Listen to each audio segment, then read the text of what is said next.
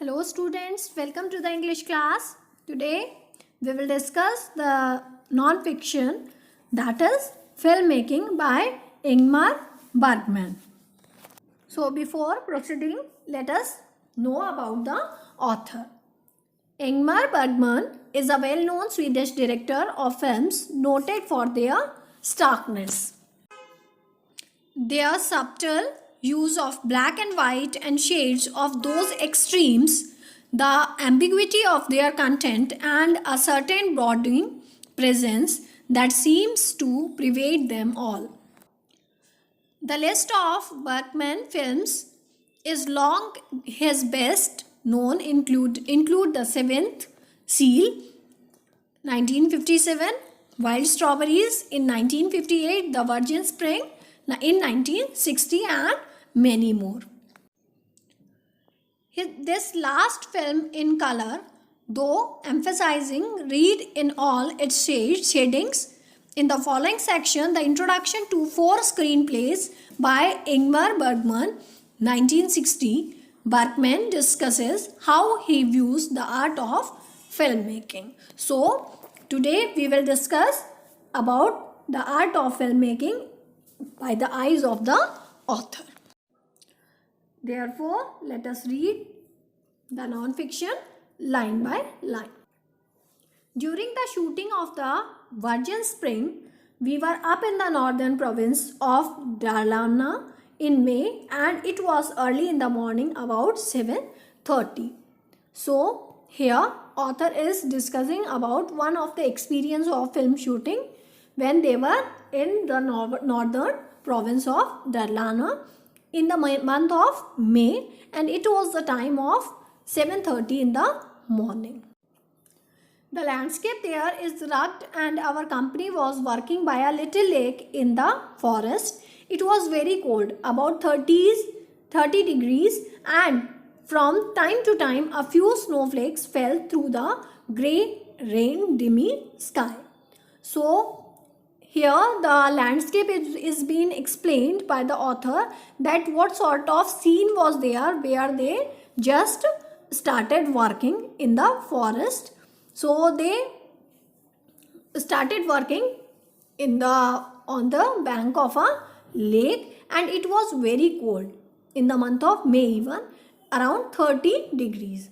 The company was dressed in a strange variety of clothing: raincoats, oil slickers, Icelandic sweater, jackets, old blankets, coachman's coat, and medieval robes. Therefore, as the season was quite cold, atmosphere was quite cold, therefore all the members of the company, they all had worn different types of dresses.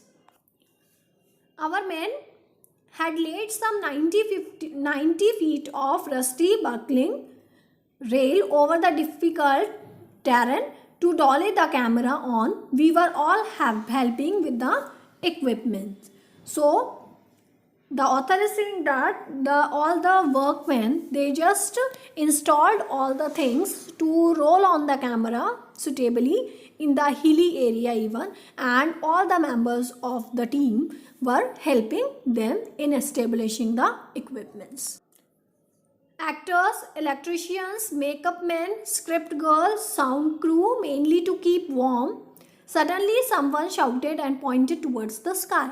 So everyone was busy in their work, and all of a sudden they heard some kind of shouting, and that person who shouted, he pointed towards the sky.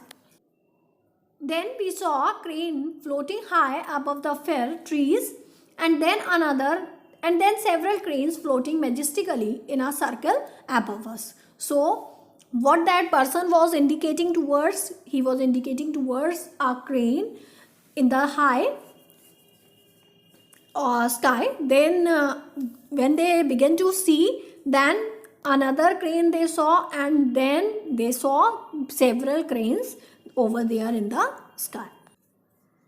We all dropped what we were doing and ran to the top of a nearby hill to see the cranes better. We stood there for a long time until they turned westwards and disappeared over the forest. So everybody in the team left their work, whatever they were doing, and they all climbed over the nearby hill, and they just for to look the group of the cranes, and then they saw that they got disappeared in the forest towards the west direction. And suddenly I thought, that is what it means to make a movie in Sweden. This is what can happen. This is how we work together with our old equipment. Little money, and this is how we can suddenly drop everything for a love of 4 cranes floating above the treetops. So author is thinking that for just glancing towards the cranes, everyone has left their work. So this is all the enjoyment of working at the Sweden. Now let us discuss the childhood foretells future, means childhood tells about the future. So here author is saying that my association with films goes back to the world of childhood. My grandmother had a very large old apartment in Uppasala. So author is telling about himself, that how that interest in films generated in him, and he is saying that from the childhood he was interested in films and all. I used to sit under the dining room table there, listening to the sunshine which came in through the gigantic windows. So what was his routine? He is discussing here. The cathedral bells went ding dong, and the sunlight moved about and sounded in a special way. What is when winter was giving way to spring and I was 5 years old, piano was being played in the next apartment. It played waltz, nothing but waltz. On the wall hung a large picture of Venice. As the sunlight moved across the picture, the water in the canal began to flow. The pigeons flew up from the square. People talked and gesticulated. And only the music of dance was being played. And on the wall, a large picture of Venice was there.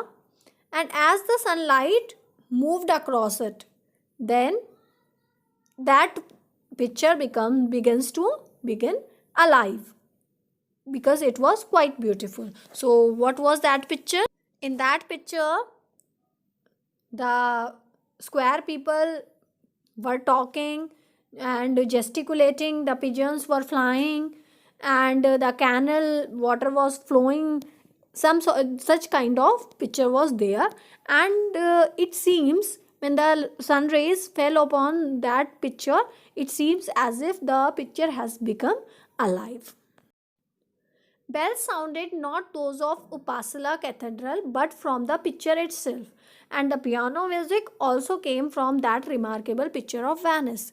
So here the author is saying that it seems as if the bells which he could hear, it was not coming from the Uppasala church, but that music was coming from the picture itself, and the music of the piano was also from that special picture of Venice. A child is born and brought up in a vicarage acquires an early familiarity with life and death behind the scenes. Fathers performed funeral, marriages, baptism, gave advices, and prepared ceremonies. Here the author is saying that a child whose birth and rearing is with a priest, and who lives with the priest, who used to do the various rituals, that is funeral, marriages, baptism. Baptism means the process of the function of giving the name to a newly born child, giving advices, and he also prepared the ceremonies. The devil was an early acquaintance, and in the child's mind there was a need to personify him. This is why my magic lantern came in. So as he was with the priest, therefore he knew the devil very well in through the words even, but he hasn't seen him, therefore he got the magic lantern. It consisted of a small metal box with a carbide lamp. I can still remember the smell of the hot metal and colored glass slides, Red Riding Hood and the wolf and all others. So here author is remembering his old past memories regarding that magical lamp, in which a small metal box was there with a carbide lamp, and in which the colorful glass slides were there, and he remembered the slides of Red Riding Hood and the wolf and many others. And the wolf was the devil without horns but with a tail and a gaping red mouth. Strangely real yet incomprehensible, a picture of wickedness and temptation on the flowered wall of the nursery. So the author is saying that he can imagine wolf as a devil because in the story he was a devil, but he is having tail but no horns, and the wolf was having a gaping red mouth also. So he cannot comprehend it because it does not look like the real devil. Therefore he could not believe on such things. Then he is saying that the flowers on the wall in a nursery, they were cruel and greed pictures. When I was 10 years old, I received my first rattling film projector with its chimney and lamp. I found it both mystifying and fascinating. The first film I had was the 9 feet long and brown in color. So here the author is sharing his experience of the time when he was of 10 years and he received his first rattling film projector, a film projector who was producing rattling sound, okay, which was having its chimney and lamp also. And he is saying that the first film he had was 9 feet long, and what was its color? Its color was brown. It showed a girl lying asleep in a meadow who woke up and stretched out her arms, then disappeared to the right. That was all there was to it. So, in that film, there was a girl who was lying asleep in a meadow, and she wake up and then she stretched her arms to make herself comfortable and then disappear to the right direction. This is all the film. The film was a great success and was projected every night until it broke and could not be mended anymore. This little rickety machine was my first conjuring set. So here the author is talking about the great success of his first film at the age of 10 even. And he's saying that that film was being showed every night until all the reels of that film were broken and they could not be repaired anymore. And here the author is also saying that this small delicate machine was his first magical machine. And even today I remind myself with childish excitement that I am really a conjurer, since cinematography is based on depiction of the human eye. And here the author is saying that he is remembering himself as a with the childish excitement that he is a magician who used to make people fool with the cinematography, with the art of cinematography, because the cinematography is just the depiction of the human eye. I have worked it out that if I see a film which has a running time of 1 hour, I sit through 27 minutes of complete darkness, the blackness between frames. And with his experience, he came to know that if he is interested in watching any of the film, he has to a film of 1 hour, so he has to sit through for 27 minutes of incomplete darkness and blackness between the frames. When I show a film, I am guilty of deceit.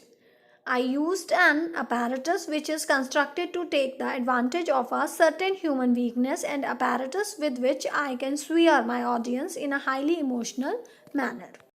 Here the author is saying that if he will show a film to the audience, then he will be guilty of deceit. Deceit means to make people fool. And because he used an apparatus which is constructed to take the advantage of the people's weakness, and he just showcased the things in highly emotional manner. Make them laugh, scream with fright, smile, believe in fairy stories, become indignant, feel shocked, charmed, deeply moved, or perhaps yawn with boredom. So, all these expressions he could arouse in the audience by showing his film. Thus, I am either an impostor, or when the audience is willing to be taken in a conjurer, I perform conjuring tricks with apparatus so expensive and so wonderful that any entertainer in history would have given anything to have it. Therefore, here the author is accepting his role as a conjurer or as an impostor, whatever the people love to see. Whenever people love to see the tricks with the apparatus, which is quite expensive, he used to show them the tricks. So, this is all the part childhood foretells future. So, in the next video, we will discuss the remaining parts of the non-fiction. Thank you.